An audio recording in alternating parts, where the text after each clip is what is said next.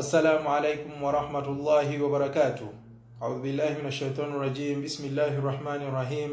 الحمد لله رب العالمين والصلاة والسلام الأتمان الأكملان على خير خلقه أجمعين وبعد. Let's commence from where we stopped from last time. And inshallah, in this episode, we're going to see some of the hadith that were first mentioned in Medina al-Munawwara. And we are also going to see some of the skirmishes or the platoons that took place before the Battle of Badr. Now, one of the first hadith to be told by the Messenger sallallahu alaihi wasallam to the people of Medina was the hadith that is in Sahih Muslim, and it says, "Ayyul Islam khair." The Prophet sallallahu alaihi wasallam was asked, "What is the best deed in Islam, or what are some of the best things that I can do as a Muslim?" And the Prophet sallallahu alaihi wasallam said, "Tut'imu at-ta'amu." You feed people food, especially those people who cannot feed themselves like thoroughly. You feed them food. وَتُقْرِئُ السَّلَامُ عَلَى كُلِّ مَنْ عَرَفْتَ وَمَنْ لَمْ تَعْرِفْ.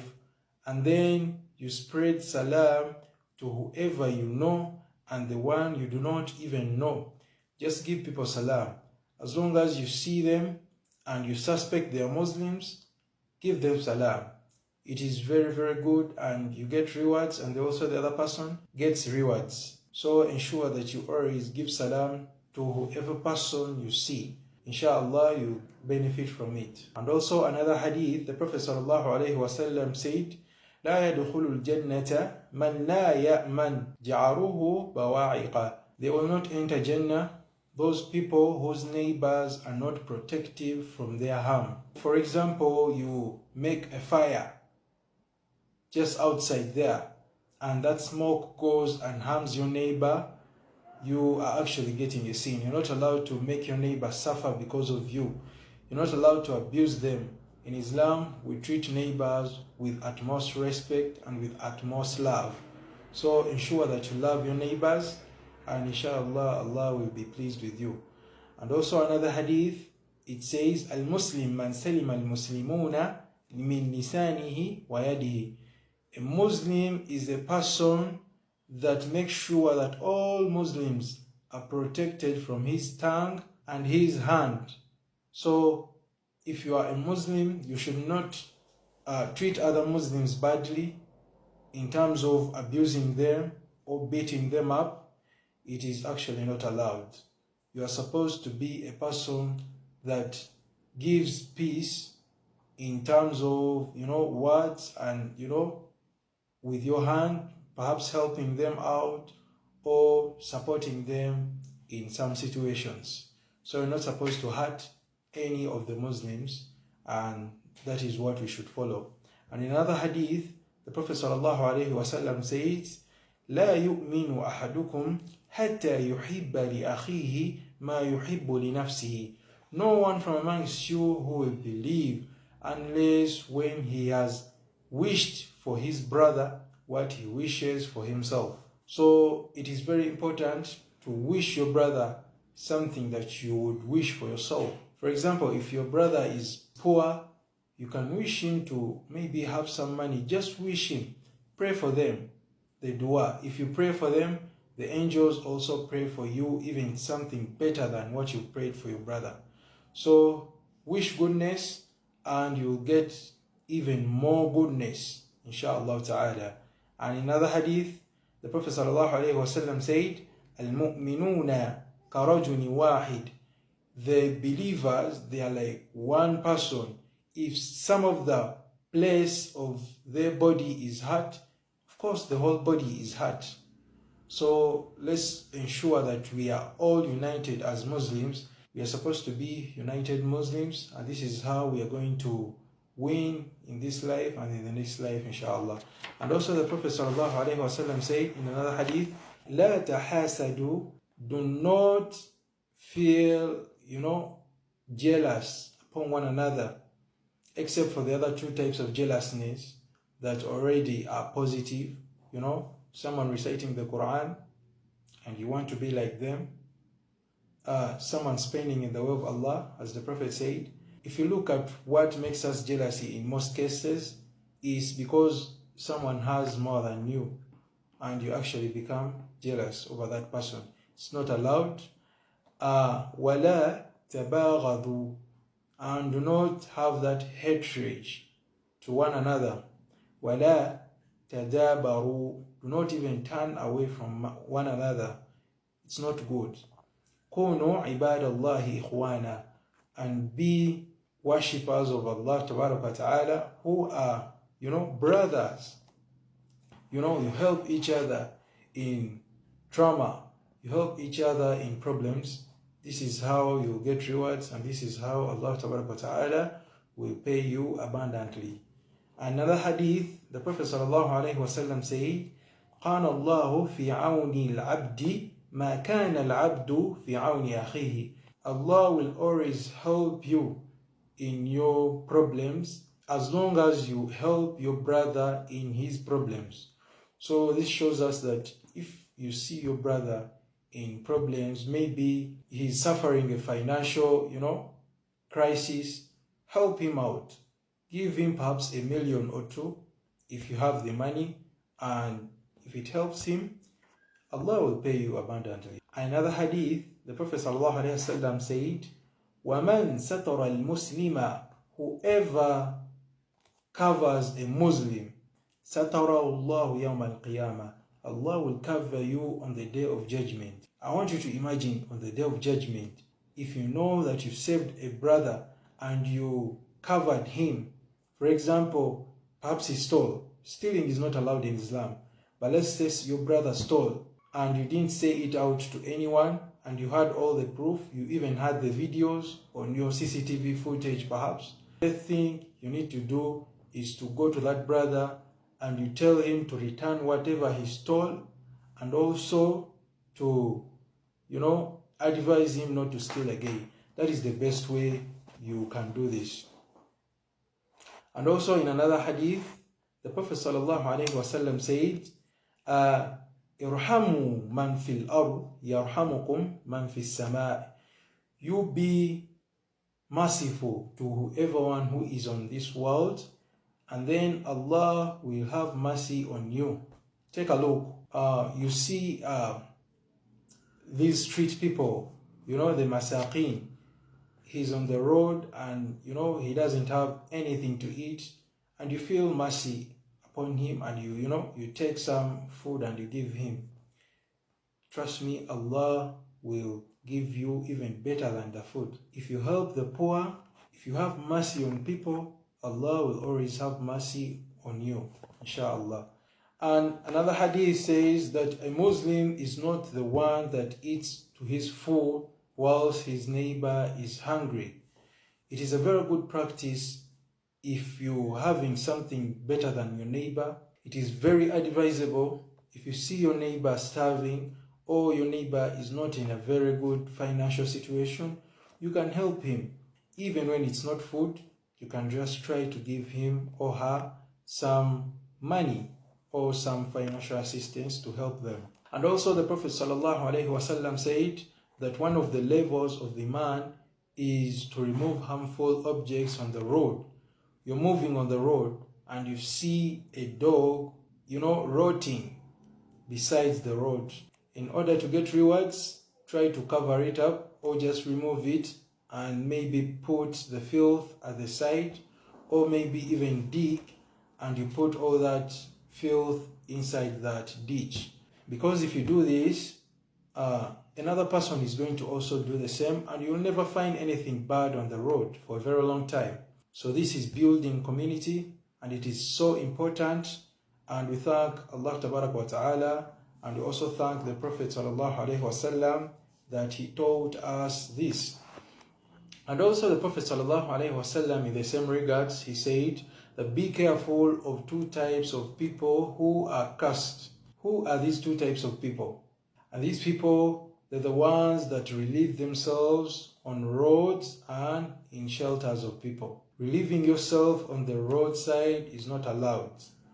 If you're bad loaf, perhaps you can do it on the roadside and then remove it or cover it up, okay? But not relieving yourself at the roadside and you leave the stuff to be there. So it's very bad. You should try to avoid it. Another hadith, the Prophet ﷺ said, any Muslim who has clothed another Muslim who did not have clothing, Allah will grant him a special clothing on the day of judgment, and anyone who feeds the people in hunger, Allah will feed them on the day of judgment, and whoever quenches the thirst of a person, Allah will bless them with ar-rahiq al-maktum, or the sealed nectar. So it is very important to always clothe people. If you know someone doesn't have a very nice kanzu, you can try to buy a kanzu for them, and feed people. Make sure you give people water, quench their thirst, give them juice, things like that. It is very beneficial. People will love you, and also Allah will love you. So this will actually help you to gain rewards in front of Allah Ta'ala. So these are some of the hadith that the Prophet ﷺ taught the people of Medina at that particular time. Now thereafter, the Quraysh were so stressed. Remember, the Muslims had moved away from Mecca to Medina. So these Quraysh didn't have anyone to harm. So they were stressed, and it was itching them. They really wanted war or something like that. So the Quraysh, they wrote a letter to this man, Abdullah ibn Ubay ibn Salul. Remember, he was one of the men that were supposed to be leaders in Medina. So the Quraysh wrote a letter to him, and they said that you have given asylum to a wanted man. If you do not hand over him to us, we are coming with a huge army, and we are going to actually wipe you out. We are going to take your women, you're going to take your wealth, and we're going to fight your men. So this Abdullah ibn Ubay ibn Salul, he was so happy, he was so excited, and he actually wanted this to happen. Imagine, this was the biggest hypocrite in Islam from that time and even up to this time. So he is known as the head of hypocrites. So when the Prophet ﷺ heard about this, he told him, Abdullah ibn Ubay ibn Salul, that, "Oh Abdullah ibn Ubay ibn Salul, you have overreacted regarding this letter that came from the Quraysh." So the Prophet ﷺ knew about it. Allah informed him. So in the meantime, Sa'ad ibn Mu'adh radiallahu anhu, he was one of the leaders of the Aus. He went for Umrah, and while he was making tawaf, Abu Jahl saw him, and he asked Umayyah ibn Khalaf, "Who is this man?" And Umayyah ibn Khalaf told him about the man, and he said to this man, Sa'ad ibn Mu'adh, that you have given asylum to a person that you are looking for. And on the other side, the Prophet ﷺ was meeting new people. He used to sign treaties with new people to give Islam the strength at that particular time and to have more protection from the people. So thereafter, the Prophet ﷺ used to have bodyguards. Sa'ad ibn Abi Waqqas radiallahu anhu, this man was amongst the bodyguards of the Prophet ﷺ. And this happened until when Allah Ta'ala revealed some verses in the Holy Quran, which are in Surah Al-Ma'idah. So that is when the Prophet ﷺ stopped these bodyguards, and he told them to leave him, because Allah Ta'ala had guaranteed his safety, or he had guaranteed him protection. And the verse in Surah Al-Ma'idah says, أعوذ بالله من الشيطان الرجيم يا أيها الرسول بلغ ما أنزل إليك من ربك وإن لم تفعل فما بلغت رسالته والله يعصمك من الناس إن الله لا يهدي القوم الكافرين. O Messenger, spread the message that was given from your Lord. And if you do not do that, you would not have fulfilled your duty. Allah will protect you from the enemies or from the people. Inna Allah la yahdi al-qawm al-kafirin. Indeed, Allah does not guide the generation of the people that do not believe. So when this verse came, the Prophet ﷺ told his bodyguards to actually go and to leave him. From there onwards, he used to be alone, and these people stopped protecting the Prophet ﷺ because Allah had already guaranteed his safety. So thereafter, verses were revealed to the Prophet ﷺ that allowed him and the Muslims to retaliate. And this verse is in Surah Al-Hajj, where Allah Ta'ala says, أُذِنَ لِلَّذِينَ يُقَاتَلُونَ بِأَنَّهُمْ ظُلِمُوا وَإِنَّ اللَّهَ عَلَى نَصْرِهِمْ لَقَدِيرٌ.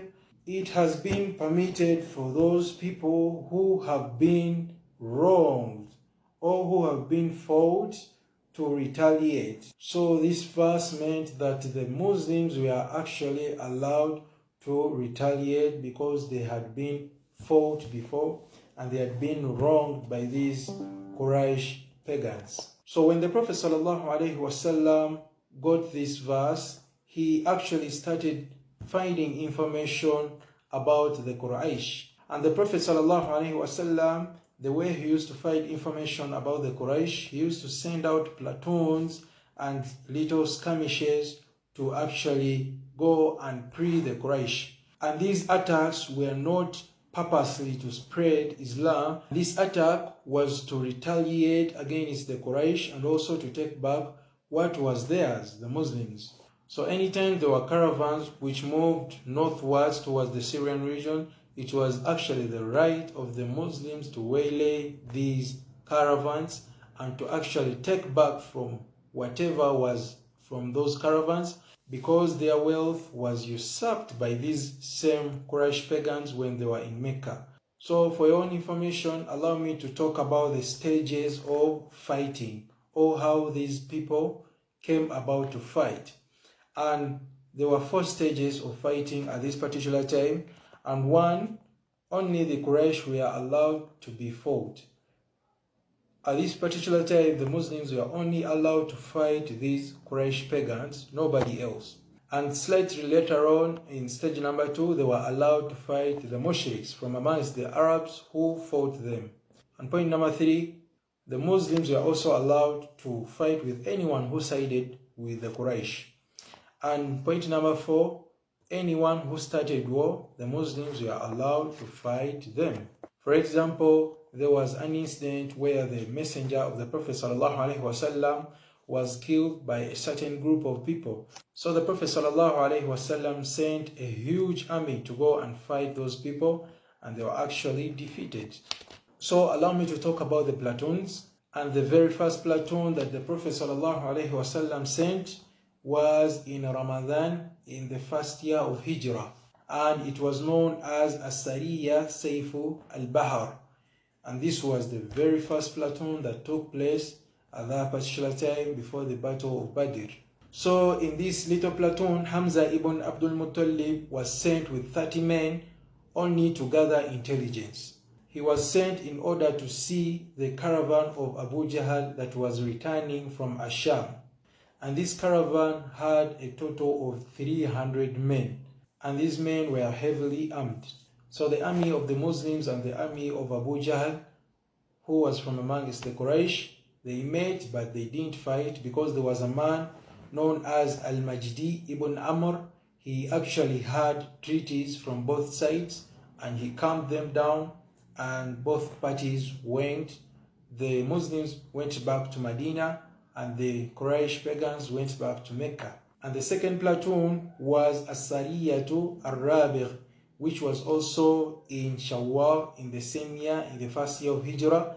And this was led by Ubaidah ibn al-Haritha. The Prophet ﷺ sent him with 60 men to the caravan of Abu Sufyan, which was comprised of 200 men. And from amongst this caravan of Abu Sufyan, there were also 2 men that were from amongst the Muslims. They moved out from the caravan of Abu Sufyan and they came back to the camp of the Muslims, and they actually went back with the Muslims back to Medina. And also there was a third platoon which had gone out, and this was known as As-Sariyatu Kharra, which was in Dhul Qa'dah in the same year.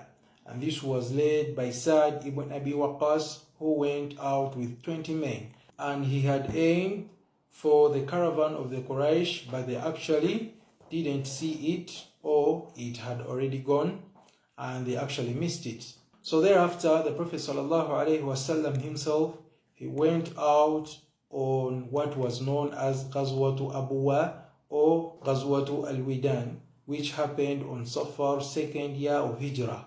And the Prophet ﷺ took 70 Muhajirin. They were all Muhajirin, and he actually spent 15 days out. And in this Ghazwatu Abuwa, Hamza, the uncle of the Prophet ﷺ, he was the one that holded the flag of the Muslims. In Ghazwatu Abuwa, nobody fought because the Prophet ﷺ found the caravan when it had already gone. So he spent 15 days in the field, and he actually went back to Al-Madinah. And while he was in this caravan, Sa'd ibn Ubadah radiallahu anhu, he was the one leading in Medina. And the second time the Prophet ﷺ went out, this was Ghazwat al-Buwaht, and it was in Rabi' al-Awwal, the second year of Hijrah. Rasulullah ﷺ went out with 200 men, and Umayyah ibn Khalaf was coming back with 100 men from Sham. And the Prophet ﷺ wanted to, capture this caravan, but they actually missed it because of the will of Allah Tabaraka wa Ta'ala. And there was also another Ghazwah, which was known as Ghazwatu al-Badri as-Sughra, which was Ghazwat al-Badri, but the small Ghazwat al-Badri, whereby it was a skirmish that took place at a place known as Safwan. And the date was Rabi' al-Awwal, second year of Hijrah. And the reason that caused this was that the Quraysh had sent some man who was known as Qarz Jabil al-Fi'li. He came and he actually raided in Medina, and he actually stole some sheep from the people of Medina. So when the Prophet ﷺ heard about this, he sent 70 men to go and capture this man, but they actually missed him, and he actually went with the sheep. But this was all the plan of Allah Tabaraka wa Ta'ala. And thereafter there was also another platoon that was known as the Ashira, and it was in the second year of Hijrah. The Muslims had intended to gather information of the caravan of Abu Sufyan, but they actually missed it when it was going. So they decided, let's wait for it. So they waited for it, and on its return, this is when the Battle of Badr happened. But before the Battle of Badr, there are some few incidents that took place, and inshallah, let's mention one by one. So before the Battle of Badr, the direction of Qibla changed 16 to 17 months after the Prophet ﷺ had settled in Medina. And Allah Tabaraka wa Ta'ala told the Prophet ﷺ in Surah Al-Baqarah, verse 144, أعوذ بالله من الشيطان الرجيم قد نرى تقلب وجهك في السماء فلنولينك قبلة ترضاها فول وجهك شطر المسجد الحرام. Allah said that we see you are looking up in the heavens, and Allah Ta'ala said to him that you face the Masjid al-Haram. Masjid al-Haram is the main mosque in Mecca, and the Prophet ﷺ was so happy, and he actually changed the Qibla to Masjid Haram, or to the main mosque of Mecca. So before that, the Muslims were facing in Baytul Maqdis, but when this verse came, the Muslims actually faced the Qibla in Mecca, or they faced the main mosque. And if you see the degree to which they changed, it is actually almost 180 degrees, at the angle of 180 degrees. So what happened to the old minbar? Well, the old minbar was raised slightly, and at that particular time it was known as a sufa, and this is where the poor or the muhajirin used to sit, and they used to worship Allah Ta'ala from there. And after that, in the same year, in the month of Sha'ban, fasting was prescribed to the Muslims. O you who have believed, fasting has been prescribed upon you, like how it was prescribed to those who came before you, with the reason that you should fear Allah Ta'ala. So that is the reason of fasting. So the Muslims prepared for this fast, and in Ramadan they started to fast. And the Battle of Badr, as they were fasting, it took place in the month of Ramadan, for your own information, and this was 14 years after prophethood. And imagine the Muslims fought this battle when they were fasting. So this is what happened at that particular time. And also Zakah became compulsory just after Ramadan. And this battle of Badr, the Prophet ﷺ sent Talha ibn Ubaydah and Sa'id ibn Zayd towards the north in order to gather information of the caravan of Abu Sufyan that had 40 men and 1,000 camels and 50,000 dinars, which is very much wealth. So the Prophet ﷺ, when he sent these people, they actually went and they collected some information, and they sent the message to the Prophet ﷺ about what they had found. And the Prophet ﷺ began to make announcements in Medina that whoever wills to fight in the cause of Allah Ta'ala, we are going to face the Quraysh, so whoever can fight in the way of Allah Ta'ala, let him come. The Prophet ﷺ made that announcement, so the people that willed to do that, they came, and the Prophet started vetting them. And some people were allowed to go in battle, but some people were not allowed to go in battle because of the situation that was there in their lives. For example, Uthman, the Caliph, Uthman radiallahu anhu, one of our caliphs, one of the 4 caliphs in Islam, he was disallowed to go in battle because his wife, who was also the daughter of the Prophet ﷺ, had fell ill. So Uthman had to, look after his wife or to treat his wife. And in this case, he didn't manage to go to battle. But the Prophet ﷺ always saw him as a person who fought the Battle of Badr, or who was from amongst those people who were there in the Battle of Badr. In fact, even in the books of Sirah, Uthman ibn Affan was one of those who are regarded to have fought the Battle of Badr, even though he was not there physically, but he is included amongst those people who fought the Battle of Badr. And inshallah, in the next episode, we are going to start in detail the Battle of Badr.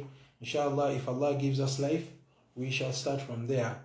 وصلى الله وبارك على سيدنا محمد وعلى آله وصحبه وسلم. السلام عليكم ورحمة الله وبركاته.